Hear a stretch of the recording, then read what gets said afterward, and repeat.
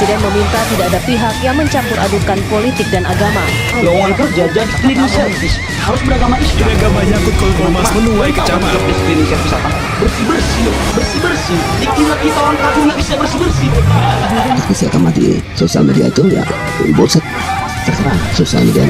Kita berdiskusi memang ada baiknya kita menggunakan bahasa atau argumen yang tidak brutal. Karena di soal departemen agama yang terus membongkar.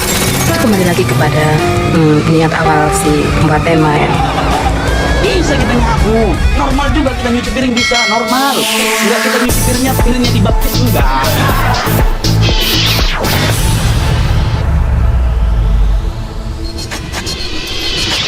Halo guys, jumpa lagi. Semoga Anda sehat semua ya. Oke, ini tanggapan kedua ya dari diskusi DPR Sosmed. Akhai, memang partai doang yang bisa bikin DPR ya nggak? Tapi kali ini nampaknya pesertanya lebih banyak ya. Ada tanggapan-tanggapan baru dan yang mengejutkan, tapi juga sesuai yang saya perkirakan, tanggapan-tanggapan baru itu banyak yang mendukung penulis muda kita, Bung Fatul Asmara. Ahai, mantap kali Bung Fatul. Lalu siapa sajakah pendukung Bung Fatul yang penuh cinta ini? Mari kita dengar. Diskusi agama di sosial media itu ya bullshit. Terserah sosial medianya apa. Mau di Facebook kah, mau di Twitter, mau di WhatsApp dan lain-lain. Ya karena sejauh yang saya alami berkecimpung di sosial media ya sejak tahun 2010. Mungkin hanya 1% dari total aktivis diskusi agama di sosial media itu yang layak untuk diskusi agama. Tapi ini harus dipahami dulu ya, pengertian diskusi itu apa. Kalau bagi saya, diskusi itu bukan saling mempromosikan keyakinan atau pandangan, tapi adalah perkelahian antar pandangan, antar pemikiran. Jadi sebuah keyakinan itu dibedah secara objektif. Objektif di sini ya bisa menggunakan referensi dan juga bisa menggunakan nalar kritis. Jadi bukan seperti apa yang saya mau, bukan seperti apa yang orang inginkan. Lah kalau hanya seperti apa yang saya yakini dan apa yang orang mau, itu ujung-ujungnya kan perang mulut. Tuh, dengar. Diskusi itu bukan saling mempromosikan keyakinan. Ayo loh, bukan saya loh yang ngomong. Saya sambil ngikutin logat Prof. Ustadz Erian Nanas ya. Jadi intinya menurut beliau, yang dibutuhkan dalam diskusi adalah argumen objektif, bukan mempromosikan keyakinan. Itu kata beliau loh ya. Kata saya juga ding. Nah, seperti apa itu argumen objektif? Contoh yang gampang saja ya, misal kita bahas air.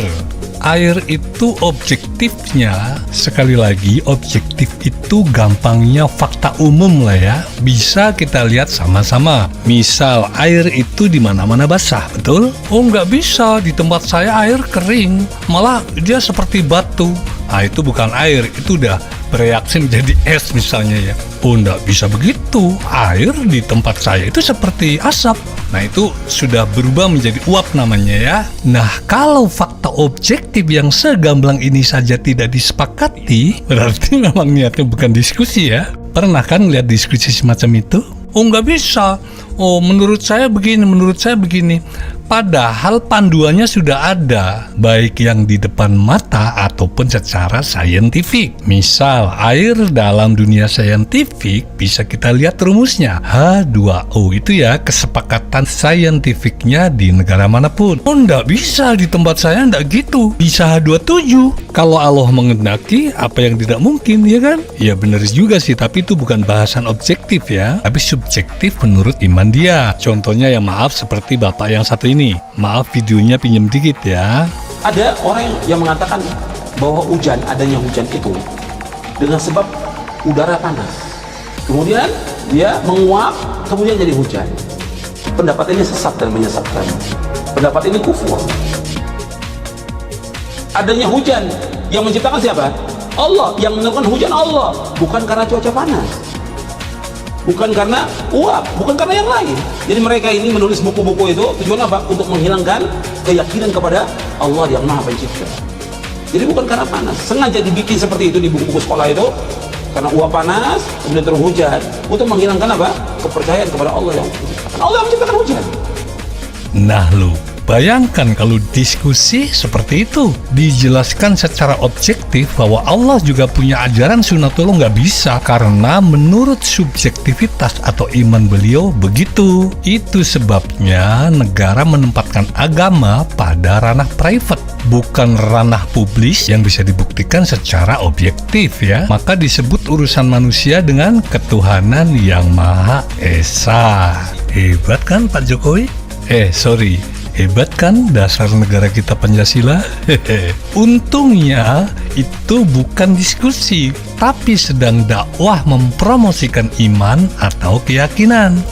Ya Bapak itu nggak salah, kan lagi mempromosikan iman. Itu yang dimaksud oleh Bapak kita tadi, bahwa diskusi itu bukan tentang apa mau saya atau tentang apa mau Anda, tapi tentang fakta objektif yang harus dikupas. Tak iya tuh? Itu sebabnya Prof. Ustadz Erianto menyebutnya bullshit dan Fatul Adi menyebutnya kampungan. Jika diskusi kau mempromosikan iman seperti itu, akhirnya menurut istilah Bung Yoki jadi perang ludah, menurut Palapa Saputro negara kita akan hancur oleh oknum-oknum agama. Cocok jika diskusinya seperti itu loh ya. Nah, sekarang mari kita dengar pendapat pendukung berikutnya. Oh ya, sekedar introducing, beliau ini kalau menurut saya adalah seorang sufi perempuan masa kini. Kalau zaman dulu ada Rabi'ah Al-Adawiyah, Anda tentu masih ingat ya, dalam literatur Islam beliau adalah seorang sufi perempuan yang sangat ikhlas beribadah kepada Allah, bahkan rela mengorbankan miliknya yang paling berharga. Wow, kita harus banyak belajar tentang keikhlasan sama beliau guys. Jadi rasanya tidak salah kalau saya menjulukin beliau dengan gelar, yaitu Ibu Hajah Titik Setyowati Al-Rabiatun Al-Jawiyah Al-Mujadadiyah.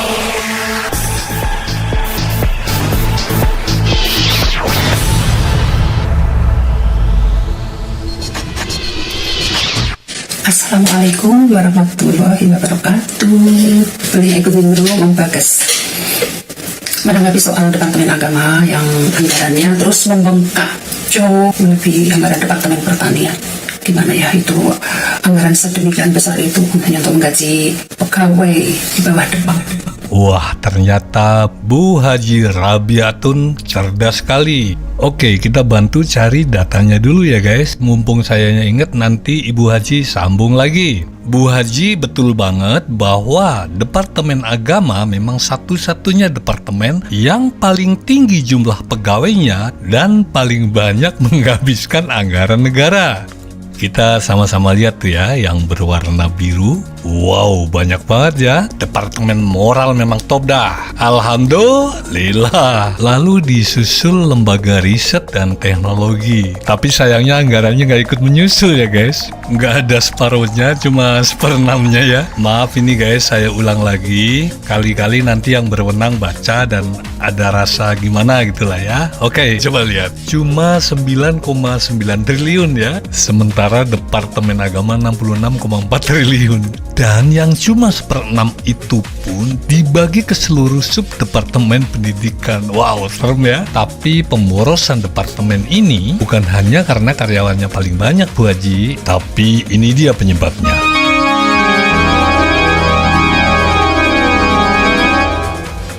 Dan ini dia.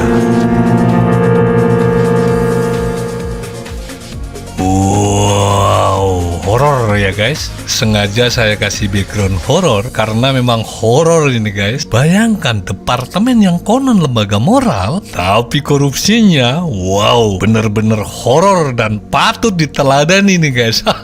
Dan saya sepakat guys, kita jangan bahas agama. Jangan bahas kenapa anggarannya begitu besar. Ya bener, keyakinan kok dibahas, ya kan? Bahaya guys.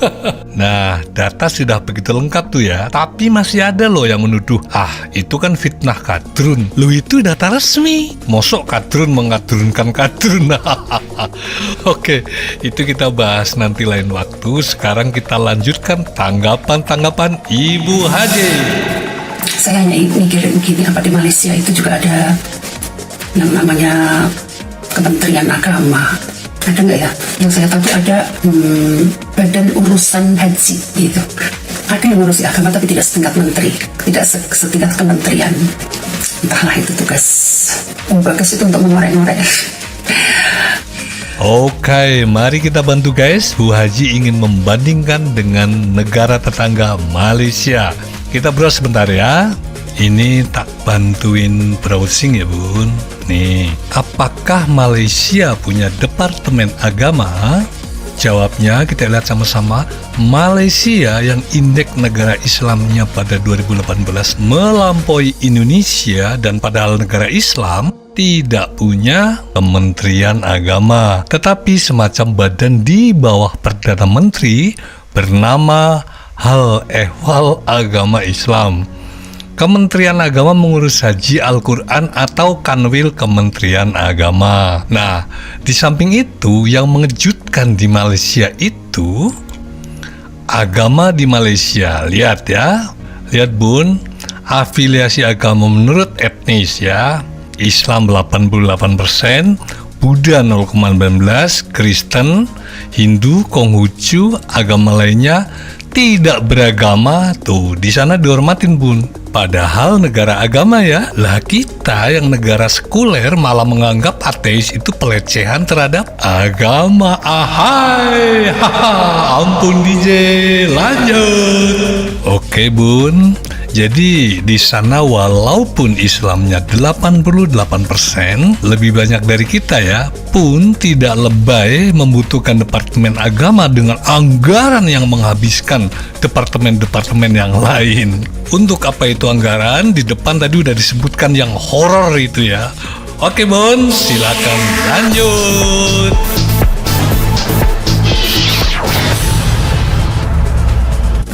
Kemudian saya ingin menanggapi Mas Fatul Adi yang bilang, membahas agama itu kampungan.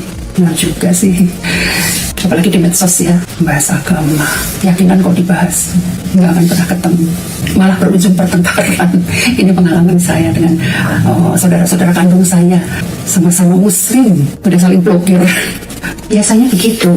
Beda pemahaman agamanya, beda pandangan politiknya, beda mendukungnya. Ya udah, andung selamat aja. Akhirnya begitu. Daripada bertengkar ya. Andung selamat, saling mendoakan. Tafsirmu, tafsirmu, tafsirku, tafsirku. Beralih ke Bung Andi Safiyah, oke. Saya setuju dengan apa yang dikatakan beliau. Negara tidak usah mengurus, tidak usah mencampuri urusan agama rakyatnya. Tapi kalau ada pelanggaran hukum atau anarkis, turun tangan. Negara menjamin kebebasan beragama umumnya dan menciptakan suasana yang kondusif, yang nyaman untuk kehidupan beragama. Jadi sekulerisme itu memisahkan urusan agama dari urusan negara. Kayaknya ini harus bahasan tersendiri ya. Oke, kemudian beralih menanggapi Bung Palapa Saputro. Kata beliau terakhir, kalau membahas agama kampungan, mengapa Bung Fatul? Nampaknya terputus ya. Mungkin Bu Haji mau mengutip statement Bung Palapa Saputro ya. Kalau membahas agama kampungan, kenapa Bung Fatul masih beragama gitu ya? Kalau dilihat dari statement Bu Haji yang pertama tadi, tentu Bu Haji akan menjawab kira-kira begini. Loh, beragama itu ya harus. Kita kan berketuhanan yang Maha Esa. Kampungan itu kalau dibahas. Betul? Kira-kira gitu ya Bu Haji? Tuh, dengar Pak Jokowi. Jangan suka bahas agama. Kampungan. Kok Pak Jokowi? Tuh, dengar Bung Palapa Saputro ya. Maksudnya kampungan itu kalau dibahas. Kalau nggak dibahas ya nggak kampungan. Gitu ya. Jadi Departemen Agama tuh nggak usah bahas-bahas. Yang penting ada anggaran. Setuju? Jangan terlalu serius ya, supaya nggak jenuh. Oke, sekarang kita simak tanggapan berikutnya dari seorang ibu muda yang mengaku pernah menjuarai MTQ, yang tentu saja pengetahuannya tentang Islam tidak diragukan lagi. Ini dia, dengan nama akun Riz Utama.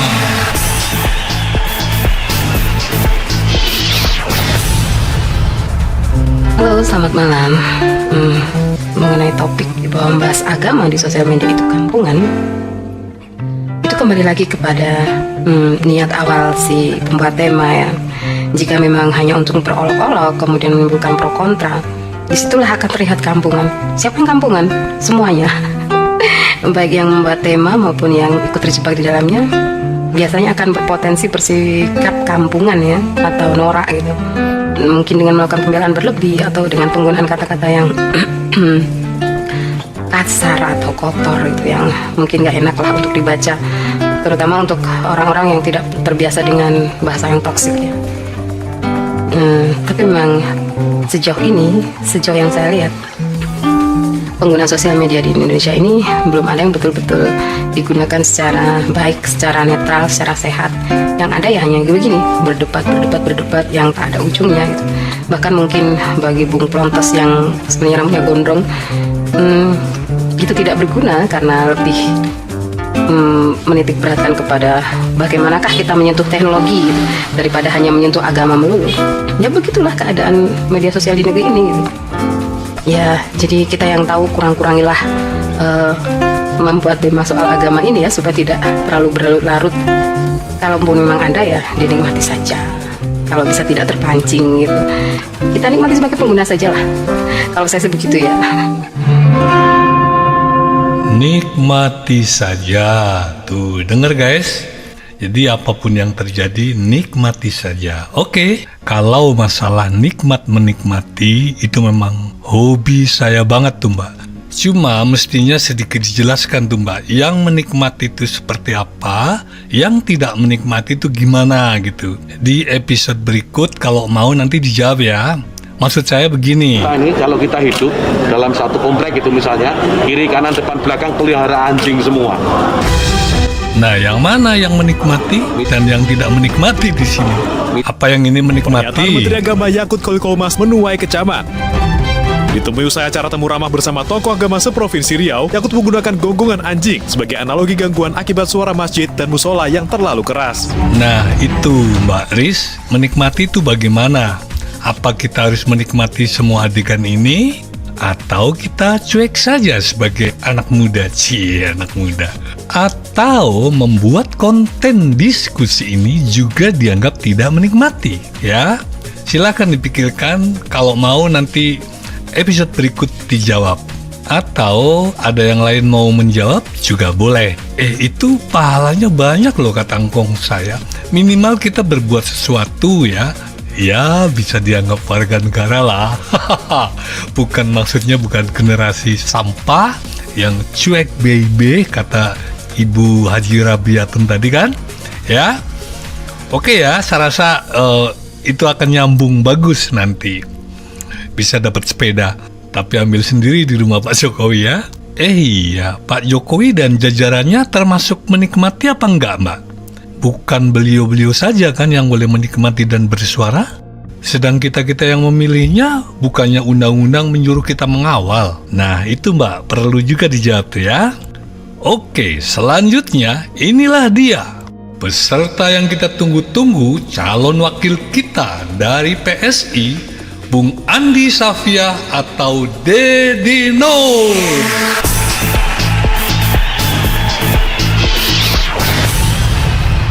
Oke, saya ingin langsung merespon apa yang disampaikan oleh rekan saya, Pala Pasaputro. Setelah mendengar respon dari dia beberapa hari yang lalu, bahwa mungkin saya terlalu bijak. Dalam bahasa dia, saya dianggap sok bijak gitu ya, ketika merespon pernyataan Fatul terkait dengan diskusi agama yang kampungan. Saya kira argumennya adalah bahwa kita ketika berdiskusi, memang ada baiknya kita menggunakan bahasa atau argumen yang tidak brutal. Mungkin berbeda ketika kita menulis. Menulis biasanya kita begitu brutal atau begitu bebas untuk menyampaikan respon balasan. Tapi yang jelas saya juga tidak berusaha untuk sok bijak atau terlihat bijak ketika berdiskusi soal agama. Jadi yang perlu saya klarifikasi ke Pak Haji Palapa ini, bahwa sebenarnya akan lebih baik ketika kita berbicara soal agama yang selalu dianggap sensitif di dalam masyarakat kita, kita berusaha untuk menggunakan bahasa atau argumen-argumen yang sebaik mungkin tidak menghina personnya. Ya mungkin yang paling rumit dipisahkan adalah ketika kita mencoba mengkritik konsep, tapi itu dimaknai mengkritik atau menghina satu golongan atau satu kelompok. Padahal selama ini ketika kita diskusi soal agama yang berusaha kita respon adalah konsepnya. Konsepnya ya, nah ini yang sering terlupakan atau kilaf ya. Jadi maksud Bung Andi ketika diskusi tentunya ya membahas konsep ya, bukan membahas tentang curhat Anda atau curhat saya, iya kan? Konsep bernegara, konsep beragama, konsep berketuhanan, konsep bermusik, konsep berkebun, itu semuanya konsep ya, bukan personal tentang Anda atau tentang saya atau tentang siapapun. Ya, jadi maaf harus dibedakan ya. Membahas kasus atau konsep itu bukan membahas personal Anda atau personal saya. Kalau itu namanya ad hominem gitu ya dalam bahasa kerennya gitu. Jadi kalau ada orang baper ketika diskusi merasa dirinya yang dibicarakan, ini orang pasti biasa curhat atau biasa ngerumpi nih ya. Sorry bercanda. Jadi intinya ini bukan tentang pribadi seseorang, oke? Setuju ya? Oke, lanjut Bung Andi. Nah itu yang ingin kita protes. Jadi kita sama sekali tidak berusaha ingin mengecilkan orang-orang yang beragama, tidak. Sama sekali tidak. Apalagi berusaha sok bijak seperti yang disampaikan Pak Haji Palapa. Nah itu. Yang kedua, saya ingin merespon apa yang barusan diposting oleh Bagas Raya, atau biasa kalau di Facebook saya panggil ponakan Tuhan. Ini panggilan apa ya? Panggilan akrab aja sebenarnya. Saya cukup surprise. Bagas berusaha menyatukan, berusaha mengumpulkan argumen Fatul, argumen Yoki, dan argumen saya juga Palapa Saputro dalam satu frame. Dan buat saya itu adalah sesuatu yang luar biasa menarik. Dari potongan-potongan itu kita bisa melihat bahwa argumen saya, argumen Fatul, argumen Yoki, dan argumen Palapa Saputro ini memang pada prinsipnya sedikit berbeda, tapi masing-masing punya point of view. Jadi cara pandang mereka masing-masing. Seperti Fatul yang sampai hari ini masih semangat untuk beragama, Yoki yang secara sederhana ingin menyampaikan satu gagasan bahwa beragama itu untuk kamu, ya secara pribadi. Sementara di luar itu tidak ada urusan, seperti urusan-urusan di publik. Ruang-ruang publik itu harus diisi dengan diskurs atau diskusi-diskusi yang objektif, bukan diskusi-diskusi yang selalu menampilkan sesuatu yang subjektif, yang itu biasanya melahirkan begitu banyak salah tafsir atau salah paham. Terus Palapa Saputro dengan ringan ya, melontarkan argumen yang menyindir Fatul dan menyindir saya sekaligus. Tapi buat saya, apa yang disampaikan Palapa juga punya basis argumen dan nilai yang jelas ya. Misalkan ketika dia mengatakan bahwa Fatul yang alergi dengan, bukan alergi sebenarnya, dia mungkin iritasi ya ketika berdiskusi soal agama yang menurut Fatul itu terlalu brutal atau terlalu berlebihan. Terus Palapa juga sempat mengajukan kenapa Fatul masih memilih beragama, sementara Fatul ini mungkin dianggap alergi tidak berdiskusi soal agama. Ups, ada ralat sedikit ya Bung Andi, Bung Palapa, bahwa Bung Fatul sudah klarifikasi kemarin lewat statusnya bahwa beliau tidak alergi terhadap diskusi agama. Oh ya, ini juga buat Bunda Titi Istiwati ya. Beliau hanya keberatan kalau diskusi lewat tulisan atau lewat Facebook lah ya. Menurut beliau, lewat tulisan itu nggak fair ya, sering lepas kendali karena orangnya bersembunyi, begitu mudah membuli tanpa tanggung jawab, pun rentan dengan plagiat ya. Jadi kopas sana kopas sini tanpa menyertakan sumbernya, ini kejahatan ya. Iya, saya sepakat banget. Jadi menurut Bung Fatul, kalau lewat video orang akan lebih bertanggung jawab apakah dia paham dengan argumen yang dia kopas itu ya. Kopas nyambung juga nggak ngerti nggak lo gitu ya maksudnya ya. Oke, thank you Bung Fatul. Lanjut Bung Ande. Nah sementara Bagas saya lihat berusaha untuk menampilkan data otentik ya, data faktual soal negara kita yang begitu bersemangat menganggarkan departemen agama yang begitu besar dibanding menganggarkan untuk kepentingan penelitian, untuk kepentingan pendidikan, untuk kepentingan misalkan riset atau mungkin pertanian. Jadi kita bisa melihat di sana bahwa Indonesia ini memang lebih banyak mengurus hal-hal yang sifatnya agama tadi. Nah inilah yang selama ini menjadi perbincangan kita di Facebook. Sekarang loncat ke YouTube ya. Perbincangan ini loncat ke YouTube karena kita ingin melihat langsung ekspresi, misalkan ekspresi saya atau ekspresi Fatul, Yoki, dan Palapa ketika mereka mencoba menjelaskan sebenarnya posisi mereka ada di mana sih. Yang jelas buat saya pribadi, sekali lagi, saya tidak berusaha untuk tampil bijak, sama sekali tidak. Saya hanya berusaha untuk tampil apa adanya dan menyampaikan opini saya secara terbuka terkait dengan tadi soal kampungannya diskusi agama. Tidak. Justru kita ingin ya mendorong agar diskusi-diskusi apapun termasuk diskusi agama ada baiknya dilakukan dengan cara-cara yang beradab, cara-cara yang manusiawi gitu ya. Tapi mungkin karena kita belum terbiasa, harus kita akui bahwa kita sama sekali belum terbiasa untuk memperdebatkan sesuatu yang begitu fundamental dan masih dianggap tabu, masih dianggap ya kamu jangan membicarakan hal-hal yang seperti ini karena ini sensitif dan seterusnya gitu ya. Karena ada begitu banyak kasus yang akhirnya berakhir di penjara gitu, hanya karena membicarakan soal agama. Padahal kalau kita mau jujur, ini bisa menjadi latihan kita bersama untuk menyampaikan gagasan kita secara terbuka tanpa harus takut ini atau takut itu. Tapi saya sadar bahwa ketika berbicara soal-soal seperti ini, kita harus pandai-pandai menggunakan bahasa sehingga kita tidak terjebak, misalkan terjerumus di dalam misalkan jebakan undang-undang penistaan agama atau jebakan undang-undang ITE hanya karena ingin menyampaikan opini kita secara terbuka. Karena memang soal-soal agama ini ketika terus disembunyikan atau disimpan rapat, hanya orang-orang tertentu saja yang bisa membicarakan itu, apalagi diberi satu ruang eksklusif kepada orang-orang yang dalam tanda petik ahli agama gitu ya. Sementara ordinary citizen seperti kita itu tidak ada ruang karena dianggap tidak mengerti soal ini. Padahal sebenarnya manusia siapapun dia tuh punya common sense, punya akal sehat, dia bisa menalar, dia bisa melihat apakah ini benar, apakah ini salah, dan seterusnya gitu. Jadi freedom of speech itu, kebebasan berpikir dan menyampaikan opini secara terbuka itu tidak berlaku eksklusif, itu berlaku untuk siapa saja, termasuk untuk diri saya, untuk Fatul, untuk Yoki, dan untuk Palapa. Saya kira orang bebas untuk menyampaikan opininya selama opini itu didasarkan pada argumen-argumen yang logis, yang valid, yang bisa dipertanggungjawabkan. Saya kira itu menarik untuk terus kita saling merespon argumen seperti ini, karena buat saya ini bukan soal bijaksanaan, bukan soal saya lebih bijak daripada Palapa atau lebih bijak daripada Fatul, sama sekali tidak. Saya hanya berusaha untuk belajar mengekspresikan pikiran saya secara terbuka di depan kamera seperti ini, dan ini bukan hal yang mudah. Saya ingin teman-teman yang lain mungkin yang lebih pandai menulis argumen yang panjang lebar dan segala macam itu bisa ikut tampil juga untuk meramaikan diskusi yang santai tapi tetap mengedepankan nilai-nilai dan nilai-nilai moral tentunya, nilai-nilai keadaban, nilai-nilai kemanusiaan, dan saya sangat tidak tertarik untuk menyerang personal siapapun. Ya, jadi itu respon saya. Saya menunggu respon dari kawan-kawan yang lain setelah video ini. Oke, ciao.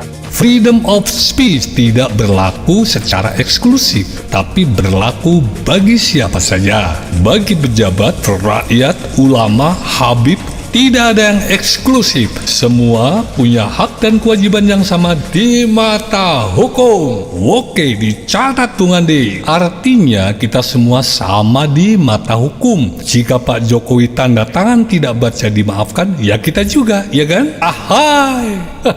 Jadi buat Bung Palapa Saputro juga teman-teman yang lain, ini bukan perkara siapa yang bijak, siapa yang enggak, tapi tentang freedom of speech. Oke, sampai ketemu di episode berikutnya. Bye-bye.